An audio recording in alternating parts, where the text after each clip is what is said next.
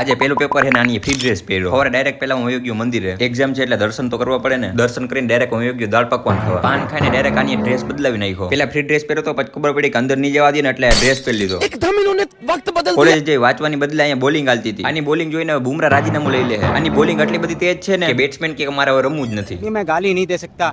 Family देखती है वरना मैं આ ટેકનિક વિદેશની છે, જેમાં ફોનમાં વાત કરતા કરતા વાંચો ને તો તમને યાદ રહી જાય. લાઇબ્રેરીમાં જઈ થોડુંક સ્ટડી કરી. એમ તો બધું મને આવડતું જ હોય, મારા ભેગા બધા હોય ને એને ના આવડતું ને એટલે થોડુંક એને શીખવાડી દો. આ બે વાંચવા હાટો આખો ક્લાસ જ બુક કરી નાખ્યો. પેપર તો આવ્યા રાખે ને જયા રાખે, પણ પેલા નાસ્તો તો કરવો પડે ને. એક્ઝામના ટેન્શનમાં 10 થેપલા ખાઈ ગયા. આવું ટેન્શન રોજ લે તો અમારા પૈસા પૂરા થઈ જાય. પછી મેં લાઇબ્રેરીમાં જઈને એકારા 3 આઈફોન જોયા. આ છે આઈફોન 17 પ્રો મેક્સ. આજે ક્યાંય લોન્ચ નથી થયો, પણ અમારા ઘર પેલા આવી ગયો. 2 કલાક પેપર ભરીને ડાયરેક્ટ નીકળી ગયા જુનાગઢ જવા. અત્યારે તડકો યુવો પડે ને. અમને અમારા બગસરાનો ડોનનો મિત્ર મળી ગયો. મને કે આવો મેં કીધું આવતું ને તો 500 દેવા પડશે. પડી ગઈ હતી હાન ને મારે રમવાનું હતું વોલીબોલ. ચા પીને ગેમ કરી નાખી શરૂ. રમવાનું હતું વોલીબોલ ને બધા રમતા હતા ક્રિકેટ ની જેમ. આ બધાની ગેમ જોઈને મેં રમવાનું જ મૂકી દીધું. હું પાછો રમી તો ખોટો વિવાદ થઈ જાય.